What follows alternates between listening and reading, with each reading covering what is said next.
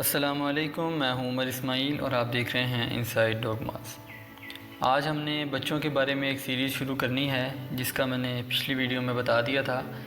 اس series کے اندر ہم انشاءاللہ بچوں کو بنیادی تعلیمات کے بارے میں بتائیں گے اور اللہ تعالیٰ کے احکامات اور اللہ کے نبی کریم صلی اللہ علیہ وسلم کے فرمانوں کے مطابق کس طرح زندگی گزاری جا سکتی ہے اس کے بارے میں یہ سیریز بنائی جا رہی ہے۔ تو آج کی ہماری پہلی ویڈیو کا جو موضوع ہے وہ ہے عقیدہ توحید یا توحید باری تعالیٰ۔ سب سے پہلے بچوں، اگر ہم اس لفظ کے اوپر غور کریں تو پتہ چلتا ہے کہ اللہ تعالیٰ جو ہمارا خالق ہے، مالک ہے، رازق ہے، جس نے ہمیں بنایا ہے، جس نے یہ پوری دنیا بنائی ہے، وہ ایک ہے، اس کا کوئی شریک نہیں ہے۔ شریک کا آسان مطلب ہوتا ہے حصے دار، پارٹنر یا ساتھی۔ تو اس چیز پہ یقین رکھنا کہ اللہ تعالیٰ ایک ہے، اس کا کوئی شریک نہیں ہے، اس چیز پہ یقین رکھنے کو عقیدہ توحید کہتے ہیں یا توحید باری تعالیٰ کہتے ہیں۔ اب اگر ہم بات کو شروع کریں تو ہمیں پتہ چلے گا کہ ہماری باڈی کے اندر اللہ تعالیٰ نے ہمیں کتنی ہی مہنگی اور قیمتی نعمتیں عطا کی ہیں۔ ہمیں اتنے پیارے خوبصورت بال عطا کیے ہیں، ہمیں یہ گول سا نرم و نازک چہرہ عطا کیا ہے، ہمیں یہ خوبصورت آنکھیں عطا کی ہیں، ناک عطا کیا ہے، خوبصورت نرم ہاتھ عطا کیے ہیں۔ تو یہ ساری چیزیں ہمیں اللہ تعالیٰ کی دین ہے۔ اب اگر ہم اپنی ذاتی زندگی کے اندر دیکھیں تو ہمارے گھر میں جو چھوٹی چھوٹی چیزیں ہیں، یہ گھڑی ہے یا یہ بیڈ ہے یا یہ دروازے ہیں، یہ سارے خود بخود تو نہیں آ گئے، ان کو لانا پڑا ہے، یہ ان کو لانے کا کوئی مقصد ہے۔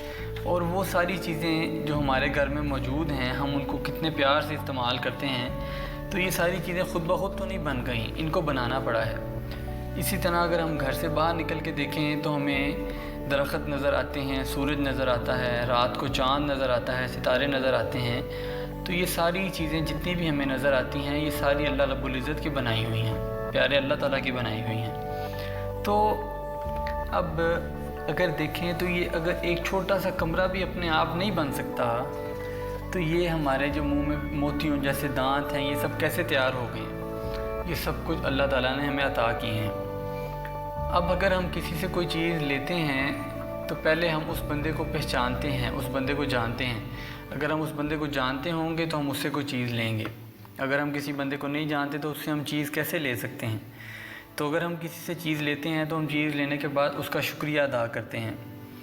تو اس طرح اللہ تعالیٰ ہمیں دن میں کتنی نعمتیں عطا کرتا ہے، ہم ان سے تحفے لیتے رہتے ہیں، کھانا لیتے رہتے ہیں، کپڑے لیتے رہتے ہیں، چلنے پھرنے کی ہمت اور طاقت لیتے رہتے ہیں۔ تو اگر ہم ان کا شکریہ ادا نہ کریں تو یہ کتنی بری بات ہے۔ ہمیں اللہ تعالیٰ کا شکریہ ادا کرنے کے لیے کیا کرنا چاہیے؟ ہمیں کیا سکھایا گیا ہے ہمارے دین میں کہ ہم اللہ تعالیٰ کا شکریہ کس طرح ادا کر سکتے ہیں؟ اطاعت کسے کہتے ہیں؟ اطاعت کہتے ہیں فرما برداری کو۔ اگر جیسے ہم نے گھر میں کوئی نوکر رکھا ہو، کوئی ملازم رکھا ہو، تو اسے ہم کھانا بھی دیتے ہیں، اسے ہم کپڑا بھی دیتے ہیں، اسے ہم رہنے کی جگہ بھی دیتے ہیں، مہینے کے بعد اس کو اس کی سیلری بھی دیتے ہیں۔ تو ہم اس سے کیا چاہتے ہیں؟